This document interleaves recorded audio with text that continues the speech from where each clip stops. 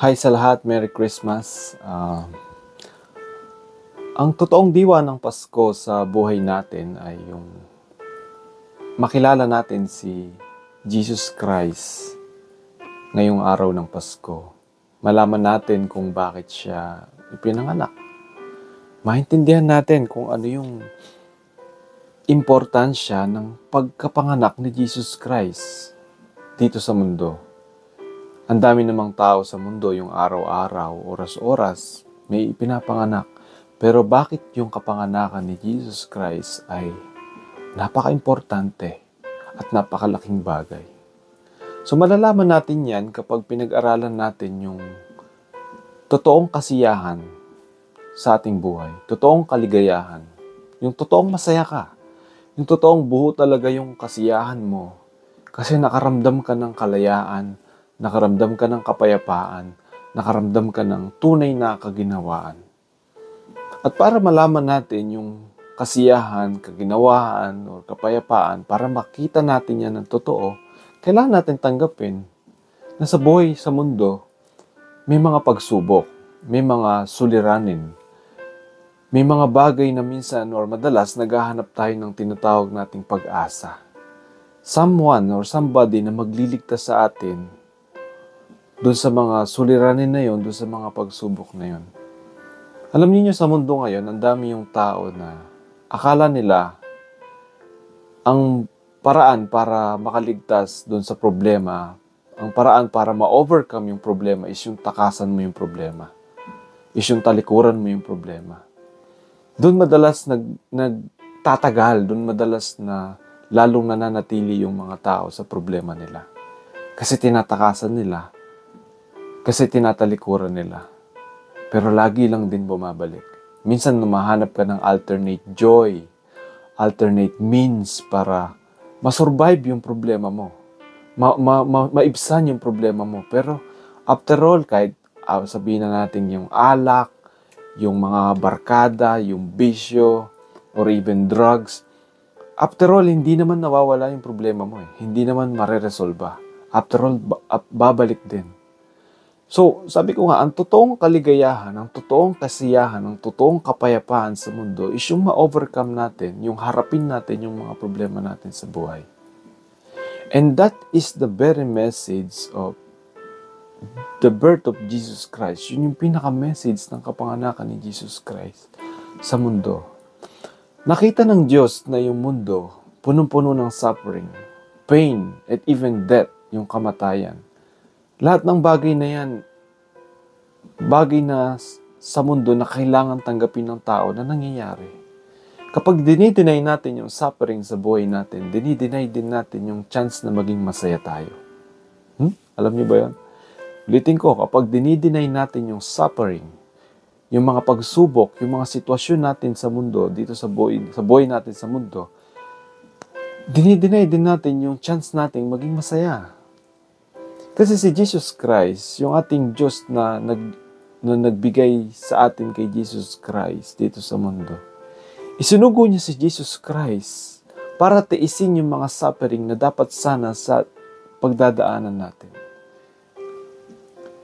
Yung kagaya ng mga sin, yung mga temptation, yung mga kasalanan na nagagawa natin, yung mga addiction, yung mga maling bagay na nagagawa natin, madalas hindi na tayo makalabas dyan. Hindi na natin matakasan.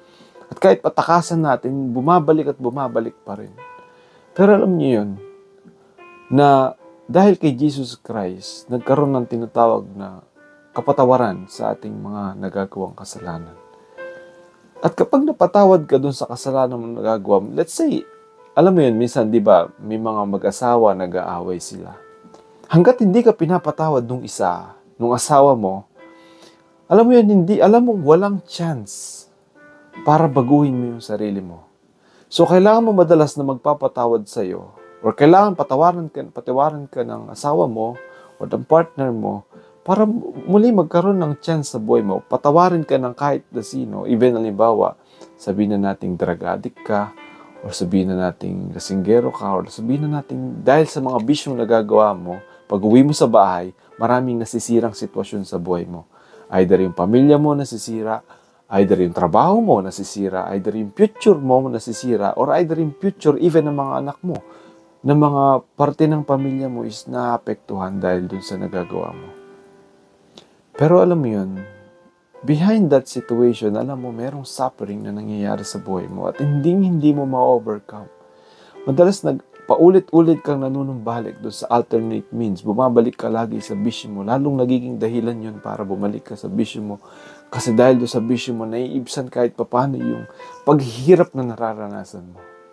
Pero you need to know that Jesus Christ was there. Jesus Christ was sent sa atin, binigay sa atin ng Diyos para mabigyan tayo ng chance na mapatawad sa ating mga kasalanan na gagawa.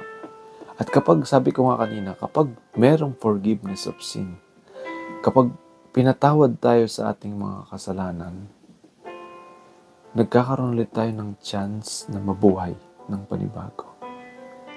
Nagkakaroon tayo ng chance magsisi, nagkakaroon tayo ng chance manumbalik, na at least tumayo man ulit tayo, makatayo man ulit tayo sa buhay. Sabi ko kanina, ngayon nga, hindi natin matatakasan yung suffering. Kailangan nating i-embrace. Pero tama din naman na hindi lahat ng suffering sa mundo kaya din nating i-overcome. Minsan ang hirap na, minsan ang tagal na bago mo ma-overcome. But Jesus Christ was sent into the world to take us away from those suffering. Para hilain tayo doon sa mga suffering na yun, sa pamamagitan ng kapatawaran sa mga kasalanang nagagawa natin, sa pamamagitan ng pagsisisi na merong magpapatawad sa atin. Imagine mo, ganito yung pagpapatawad ni Jesus Christ. Imagine mo, may partner ka, may asawa ka, may pamilya ka. Doon sa pamilya mo, may nagawa kang kasalanan. Either anak ka or asawa ka, tinakwil ka na ng pamilya mo, tinakwil ka na ng mga kaibigan mo, tinakwil ka na ng mga mahal mo sa buhay. Pero one time, pinatawad ka nila. At dahil pinatawad ka nila, nagkaroon ka ng great joy sa buhay mo na meron ka na naman ulit chance magbagong buhay. Ganun yung pagpapatawad ni Jesus Christ sa buhay natin. Anytime, kahit hindi ka kayang patawarin ng ibang tao, alam mo, pinatawad ka na ni Jesus Christ. Alam mo, pwede ka na magsisi sa mga kasalanang nagagawa mo. Kaya nga, napaka-importante ng kapanganakan ni Jesus Christ dito sa mundo. You know, nung pinanganak dito, si Jesus Christ dito sa mundo, ang daming tao yung naghihintay sa Kanya. Yung sitwasyon ng mundo, paulit-ulit lang. Yung mga sitwasyon ng mundo, panay pa rin yung mga tao sa paggawa ng kasalanan, panay pa rin yung tao sa paggawa ng mali. Nung panahon ng mga Israelites, sinakop sila ng Roman Empire, gusto nilang makalaya sa kamay ng Roman Empire. Gusto nilang makalaya sa hirap na dinadanas nila sa pananakop ng Roman Empire. Nananalangin sila na merong magpapalaya sa kanila doon. At bukod pa doon, meron din mga taong bulag, may mga taong hindi nakakalakad, pilay, hindi nakakarinig, hindi nakakapagsalita. At even doon sa part na yun, pinalaya sila nung pagdating ni Jesus Christ dito sa mundo. Kaya si Jesus Christ, nung pinanganak siya dito sa mundo, nagbigay siya ng end dun sa mga suffering na pwedeng maranasan ng tao. And alam natin na habang nabubuhay tayo dito sa mundo, habang wala pa tayo sa langit, binibigyan tayo ng pag-asa ng pananampalataya natin kay Jesus Christ at kay Kristo na sa ating kamatayan, bibigyan ulit tayo ng panibagong buhay na doon sa langit, wala ng suffering, wala ng pain, wala ng death. Meron na tayo doon, bibigyan tayo ng Diyos ng panibagong katawan sa muli niyang pagbabalik. At yung katawan na yun, hindi na makakaranas ng taggutom, hindi na makakaranas ng temptation, hindi na makakaranas ng hirap. Dahil si Jesus Christ, nang siya'y namatay doon sa krus, nagkaroon siya ulit ng panibagong katawan, panibagong buhay. Katawan na hindi na magkakasala, katawan na hindi na subject para matempt. Kasi itong katawan na to, na meron tayo, alam niyo yun. Kaya nga madalas tinatakwil mo si Jesus Christ sa buhay mo. Kaya nga madalas tinatakwil mo yung Diyos sa buhay mo. Ayaw mo siyang nakikialam sa buhay mo. Ayaw mo yung Diyos baguhin niya yung buhay mo. Pag may nagsishare sa'yo ng Word of God, pag may nag-aaya sa'yo magsimba, ayaw mo nakakarinig. Ayaw mo magpunta sa simbahan. Ayaw mong mabago yung buhay mo. Gusto mo nagpapatuloy ka dun sa mga pagkakasalang ginagawa mo. Although alam mo sa buhay mo na yung mga bagay na nagagawa mo na yan,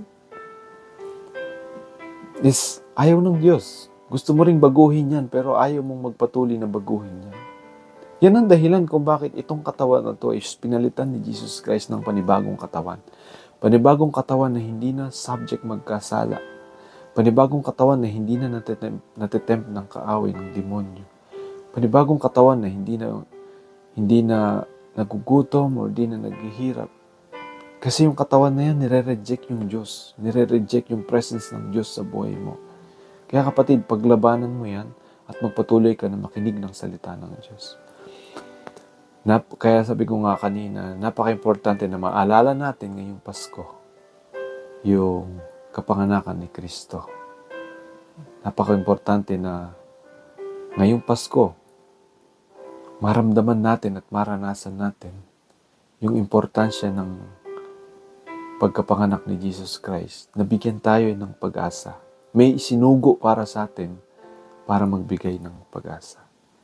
And muli, Merry Christmas sa lahat at magpatuloy kayo sa pag-celebrate nitong Kapaskuhan at inaalala yung kapanganakan ni Jesus Christ. God bless you all.